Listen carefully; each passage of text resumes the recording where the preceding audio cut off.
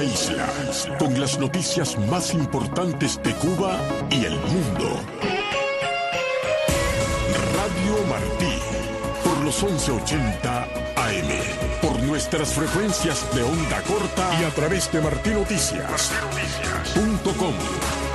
Radio Martí, siempre contigo. Informa Martí Noticias. El opositor Guillermo Fariñas, premio Sájarov del Parlamento Europeo, entró hoy en su 9º día de huelga de hambre con los signos vitales un poco más estables, dijo Martí Noticias su hija Dios Ángeles Fariñas, desde la ciudad de Santa Clara.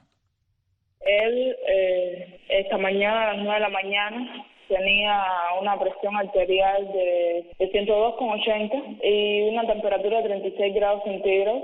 Tiene bastante normalizada lo que es la presión relativamente. La voz y los labios no los tiene reseco. Continúa con mucho cansancio y mucho sueño, pero de vez en cuando se levanta y conversa un poco y se vuelve a acostar. Sigue con dolores articulatorios y los volúmenes de orina sí se han normalizado, como continúa tomando agua hasta el día de mañana.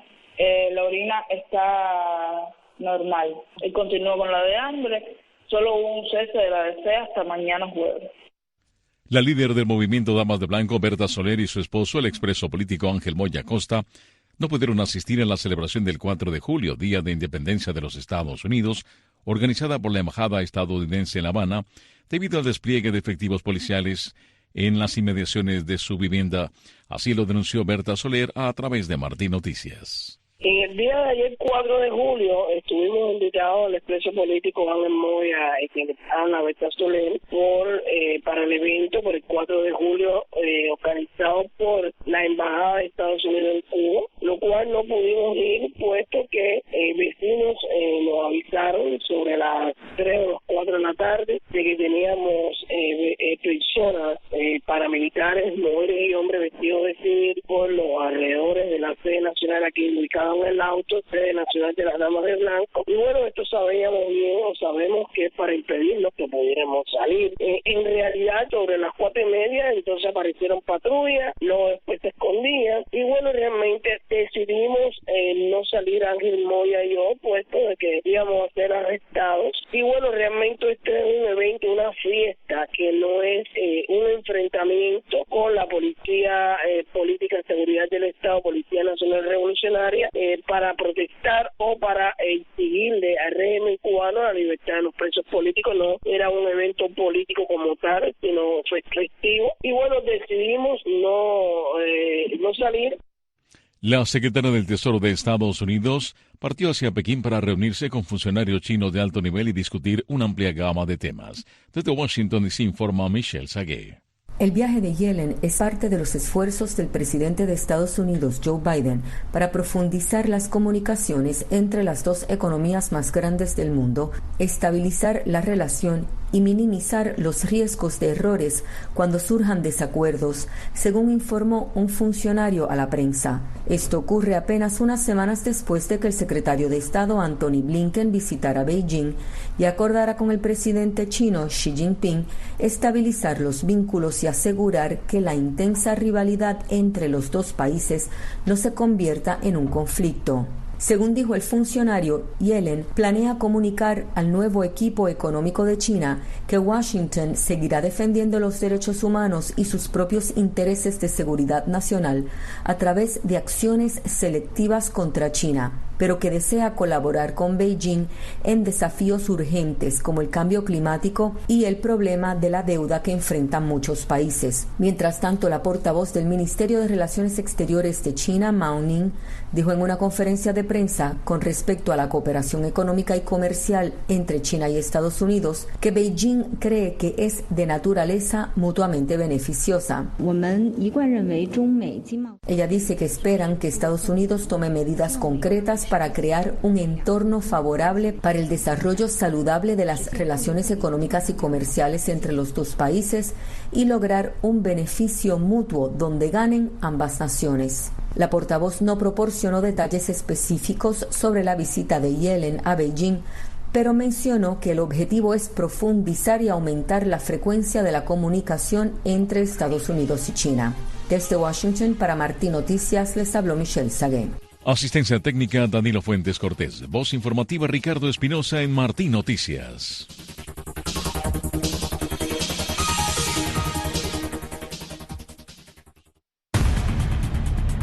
Venezuela hoy.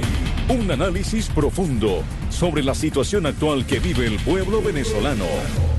Venezuela hoy. Conducido por Alejandro Marcano Santelli. Hola, ¿qué tal, amigos? Gracias por estar nuevamente con nosotros en este espacio. Estamos saliendo desde los estudios de Martí a las 1:35 de la tarde.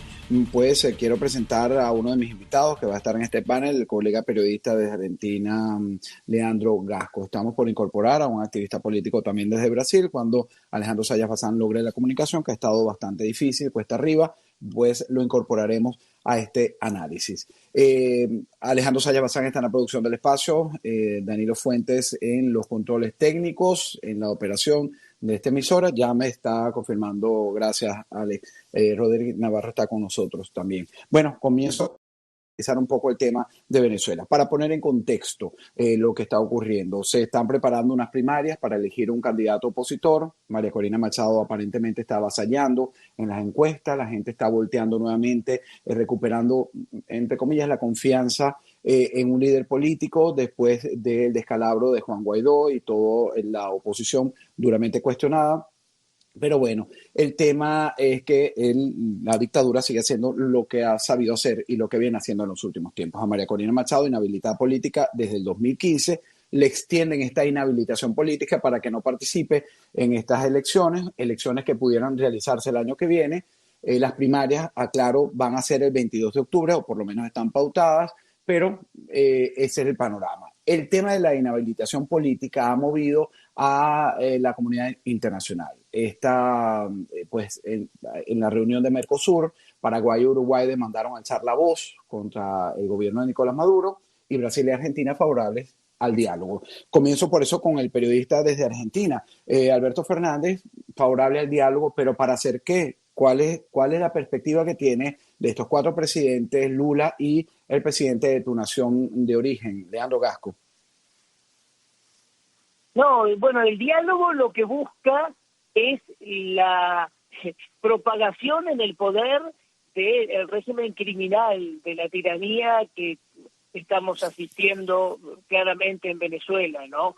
Pero cuando dicen, no, pero tiene que haber un diálogo porque hay que respetar soberanía, autonomía. Bueno, empecemos por marcar qué es lo que está pasando, ¿no? Si vemos que desde el año 2014 ahora hubo 16.000 personas detenidas con fines políticos, que hay asesinatos extrajudiciales y que en el pueblo no se puede comer, hay dificultades con la medicina, veamos qué es lo que sucede.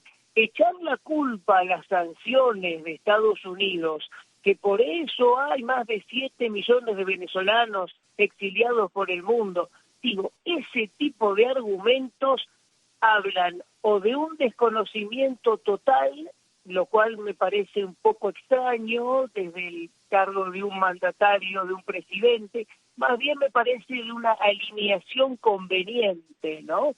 Y ahí tenemos que ver qué es lo que está pasando. A mí me preocupa mucho esto de las alineaciones, porque hoy, si uno lee los principales 2 diarios de Argentina, en uno de ellos, que precisamente no es de tendencia de izquierda, aparece una nota a un tal Ariel Rossi promoviendo la compra de terrenos justamente del Instituto Nacional de Tierras, que maneja el Estado, Maduro, la tiranía, diciendo que ahí se pueden hacer buenos negocios y que se expropiaba tierras hasta el 2010, ahora no, vamos a ver si sembramos 4.000 y el año que viene 15.000 en Anzoátegui, yo no sé, digo, veamos, porque toda esta cosa de normalizar algo que de normal no tiene nada, que es criminal.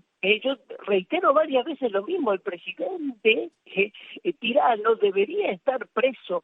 Venezuela no es una democracia, es un narcoestado, evaluémoslo. Y lo mismo con la situación que acontece en Cuba y cómo Cuba, desde la inteligencia, se está infiltrando en todos lados, con los planes de alfabetización en Honduras, en Colombia, en Argentina.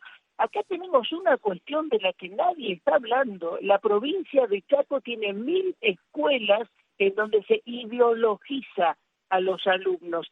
Y hay un crimen porque se asesinó a una persona de un puntero político ligado al gobernador de Chaco. Qué casualidad que este clan Sena, y cuando hablamos de clanes ya me parecen los clanes que hablábamos la otra vez de Torres en Colombia, pero estos clanes tienen alianza con el narcotráfico, los que lo manejan están vinculados a punteros políticos y, oh casualidad, tienen residencia, tienen casas en Cuba. Si algún día la justicia funciona por estos lados, se debería investigar. Bueno, esa quien están escuchando ustedes es Leandro Gasco, periodista argentino. En esta reunión de Mercosur vamos a incorporar en la conversación ahora a mi amigo, analista, joven político, Roderick Navarro. Está en Brasil, ha tenido que salir precisamente huyendo de la dictadura de Nicolás Maduro. Y el presidente de la nación donde estás viviendo ahora, Roderick, Lula da Silva, dijo desconocer los pormenores del problema con María Corina Machado, pero que tratará, y estoy citando palabras textuales de Da Silva, tratará de enterarse del tema. Pero bueno, la calle Pou dice que alzar la voz de Venezuela no va a salir una democracia sana si una candidata con un potencial enorme se la descalifica por motivos políticos y no jurídicos. Además, entonces están diciendo opositores en Brasil que van a invitar a María Corina Machado, la cual no la dejan salir del país, para que Lula da Silva escuche sus argumentos. ¿Qué lectura se le da a toda esta situación que pareciera bizarra, no? Bien, gracias Alejandro por la invitación que me hace para estar contigo. Y te voy a decir lo siguiente, aquí el tema de María Corina y su inhabilitación es noticia, además de que, bueno, esto es un acto del autoritarismo del régimen, pues ocurre el mismo día que la justicia, que está aliada con el Ejecutivo Nacional de acá, pues también inhabilita por otros 8 años al presidente Jair Bolsonaro. Entonces, obviamente es una medida que coincide y pues se contrasta, ¿no? Porque ¿qué pasa? Aquí Lula, cuando vino Maduro hace poco, él dijo en una rueda de prensa que fue muy polémica, hasta la izquierda se puso en contra de Lula por estas declaraciones. Él dijo, mira, eso de que de Maduro es autoritario y que es dictador, eso es mentira, eso es una narrativa. Una narrativa. Es víctima de esa narrativa, ¿sí? Y le dijo, Maduro, tú tienes que posicionar tu narrativa, la verdad, que este es un gobierno del pueblo, revolucionario, etcétera. Entonces, naturalmente, cuando el presidente dice en la reunión del Mercosur que va a tratar de enterarse, pues te está diciendo explícitamente que no le interesa el tema, que eso para él sería una narrativa, así como sería una narrativa también decir que en Brasil hay injusticia porque están inhabilitando a Bolsonaro. Tenemos que ver el contexto en el que se está diciendo esto, sí, según la realidad que el presidente Lula posiciona y también en la narrativa que ellos están posicionando para que en el mundo se vea que Maduro no es un dictador y es un ángel, ¿no? Como él lo ha dicho acá.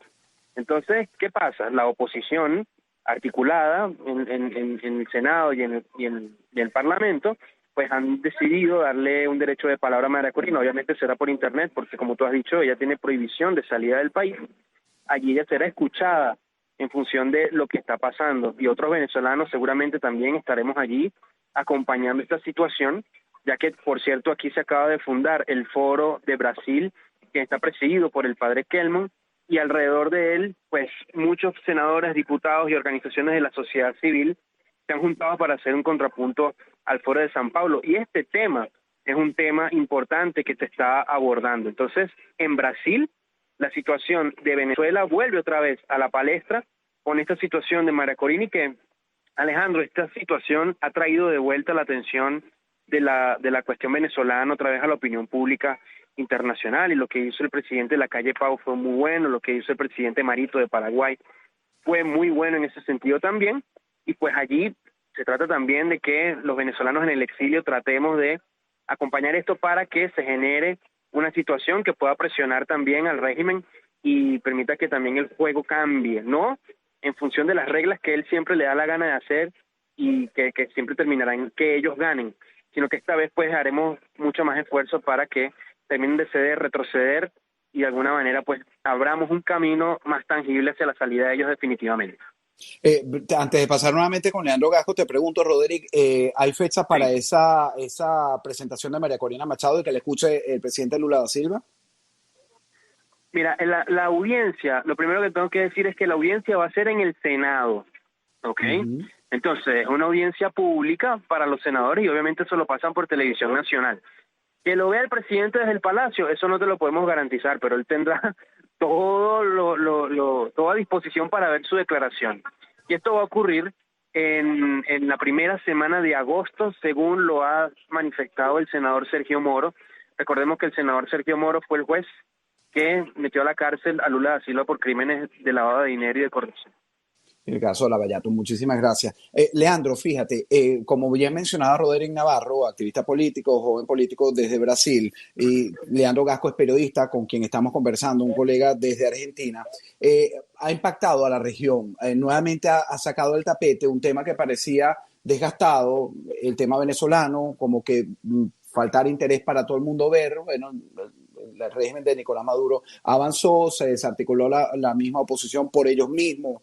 Guaidó dejó de ser la figura principal, pero frente a esto, María Corina Machado, el trabajo que está haciendo para presentarse a las primarias, el que haya logrado hacer que los ojos del propio venezolano se voltearan a nuevamente tener algo de esperanza, pero bueno, la esperanza se diluye porque la realidad es que estamos en un narcoestado, no dicho por Alejandro Marcano ni por ustedes, sino por países, instituciones, e incluyendo a los Estados Unidos.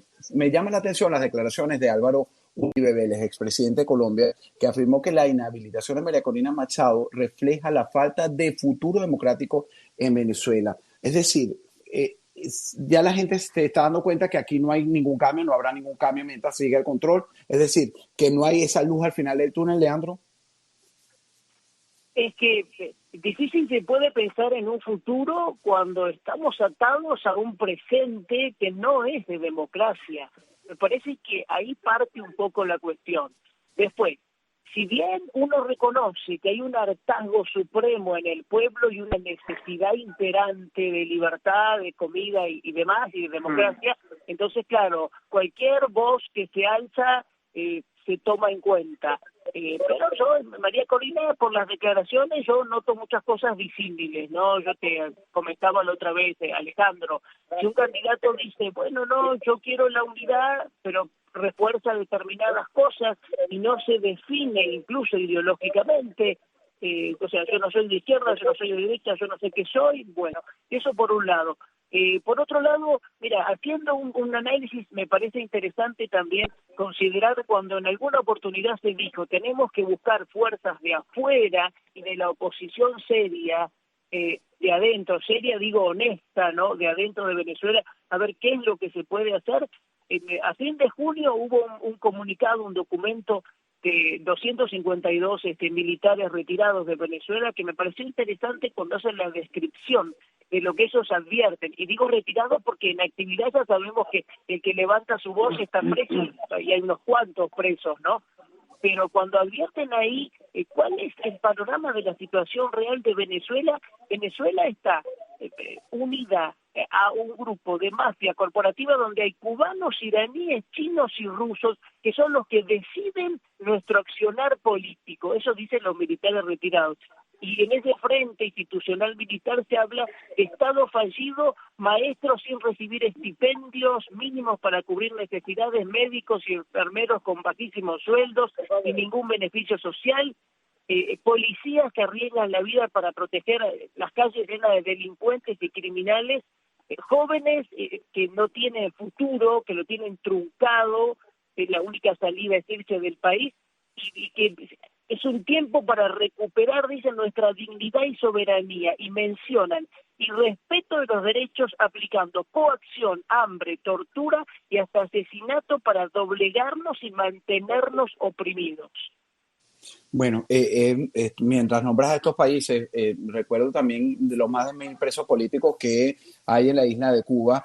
Nosotros estamos trabajando en las plataformas, sobre todo para actualizar el tema de algunos de ellos, entre ellos José Daniel Ferrer, que es el reportaje que voy a presentar hoy en las plataformas. Ayer su esposa Nelva Tamayo fue a visitarla, se le impidió y fue a verlo. Entonces, cuando tú pones en contexto la fuerza represiva de estos regímenes en Cuba y en Venezuela y en Nicaragua, nos damos cuenta que no han sido detenidos, al contrario, van avanzando y a pesar de lo que dicen o digan los organismos internacionales, ellos siguen poniendo el pie sobre un pueblo que lo único que aspira es a la libertad. Te hago este comentario, Roderick Navarro, porque el alto comisionado de la Oficina para Derechos Humanos de las Naciones Unidas, Volker Turk, exhortó al gobierno de Maduro a garantizar el debido proceso con respecto a las inhabilitaciones políticas ejecutadas por la Contraloría General de Venezuela, controlada por el régimen. Entonces, hay un juego como trancado, ¿no? Es decir, hablan las organizaciones, pero no hay quien le pueda responder, no hay quien pueda ejecutar, no hay quien pueda accionar,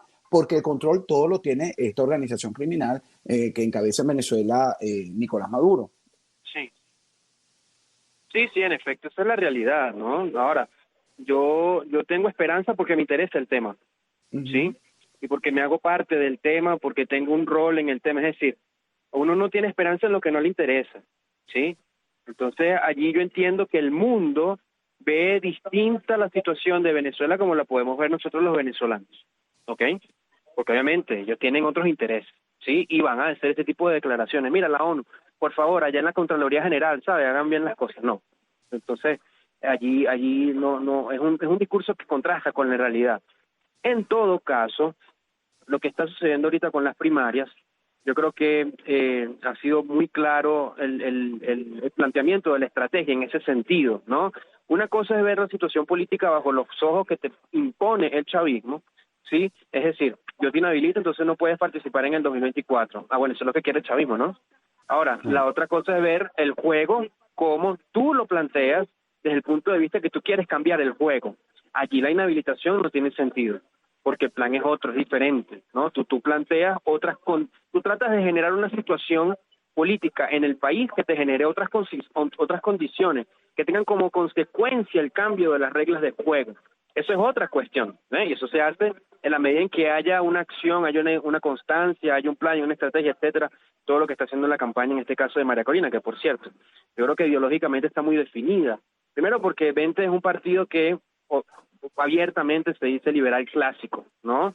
Y por otra parte, la coalición de movimientos y partidos políticos que la está apoyando es una coalición de movimientos en principio liberales y conservadores. Y el discurso que ella ha llevado adelante ha sido tan amplio y tan inclusivo que podemos ver expresiones que no se veían antes, como por ejemplo en la época de Capriles, ¿sí? O sea, aquí estamos viendo gente que era de los partidos y se está sumando a María Corina, o gente que era chavista y se está sumando a la cuestión de María Corina. Entonces, yo creo que ella, cuando ella dice que esto va más allá de su candidatura, también está colocando sobre la mesa otro tipo de condiciones que se han generado en el juego político actual que te permiten abrir el juego, ¿no?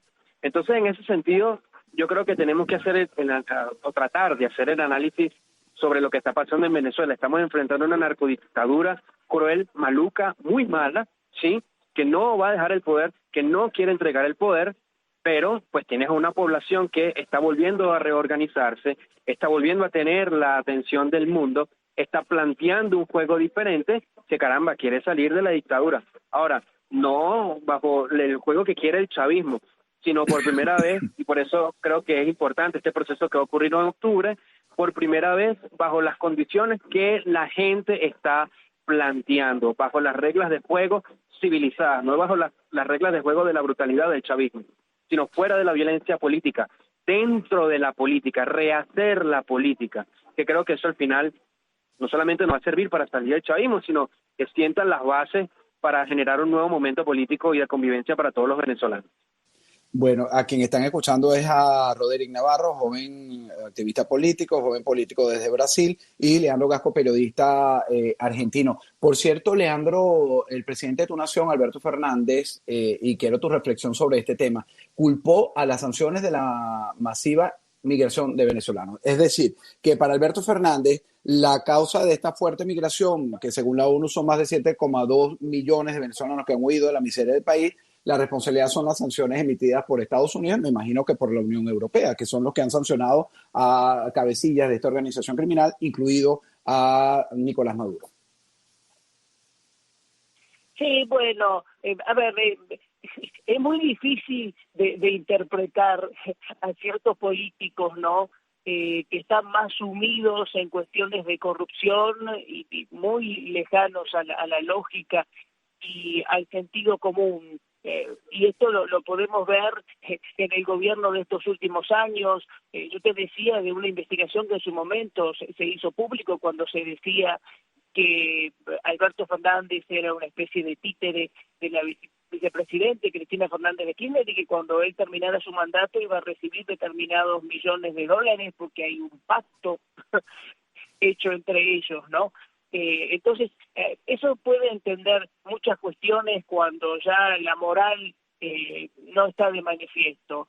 Decir que el caso particular de María Corina Machado, yo escuchaba a Roderick también, si bien me parece interesante que se unan fuerzas en la organización y que se venza a la tiranía, que en definitiva es el objetivo, yo creo que todos tenemos que estar muy alerta, porque tenemos un historial en Venezuela por un lado y en Latinoamérica por otro, y te sumo a Argentina, de cómo al intentar extenderse en el poder, compran, doblegan, corrompen a las oposiciones.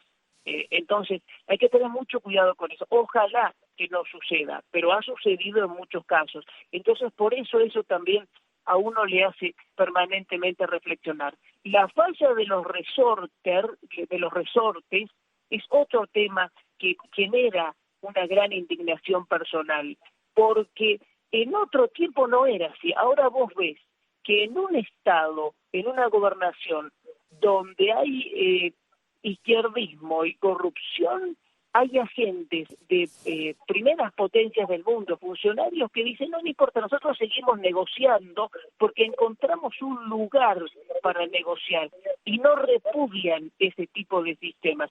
Y lo mismo termina pasando, por ejemplo, en Argentina, en Jujuy, cuando se intenta un golpe de Estado y el gobierno financia gente para destruir en la provincia de Jujuy con Morales, que por cierto tiene a funcionarios puestos ahí de la familia, pero se intenta destruir y hay repudio de la Comisión Interamericana de Derechos Humanos, de la OEA, de organizaciones como el CERPAC, ligado a Sendero Luminoso, o de Human Rights Watch, que uno dice, pero ¿cómo puede ser que estas instituciones terminan avalando lo que hace el gobierno del kirchnerismo? Por eso hay que tener mucho cuidado, y ahí ya podemos enlazarlo con el nuevo orden mundial, pero estamos en un tiempo de demasiada oscuridad e intereses que terminan aliándose, alejándose de la honestidad y del bien del pueblo. Bueno, muchísimas gracias, de verdad, ha sido un gran análisis, como siempre. Leandro Gasco, periodista, Roderick Navarro, activista desde Brasil, y por supuesto a mi equipo, Danilo Fuentes en los controles técnicos, Sayas Bazán en la producción del espacio, y en particular a ustedes, nuestra audiencia orgánica de Martín Noticias. Hasta una próxima oportunidad, soy Alejandro Marcano Santelli.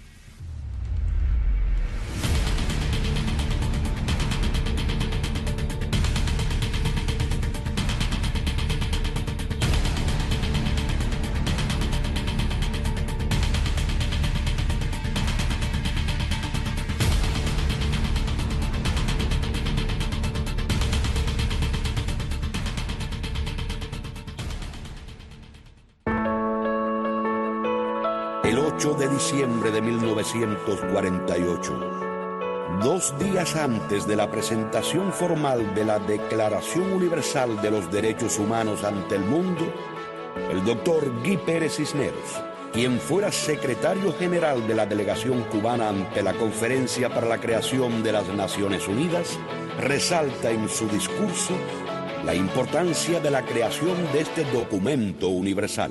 Los miembros de la delegación cubana, en estos momentos de alegría, en que a cada uno debe dársele lo suyo, tiene el deber de reconocer la labor de gran mérito de la Comisión de los Derechos del Hombre, que trabajó incansablemente durante 2 años bajo la inspiradora presidencia de Mrs. Roosevelt, y que redactó en verdad un valioso proyecto de documento que expresaba con belleza y con fuerza la aspiración más elevada del hombre del siglo XX, el advenimiento de un mundo en que los seres humanos, liberados del temor y de la miseria, disfruten de la libertad de palabra y de la libertad de creencia.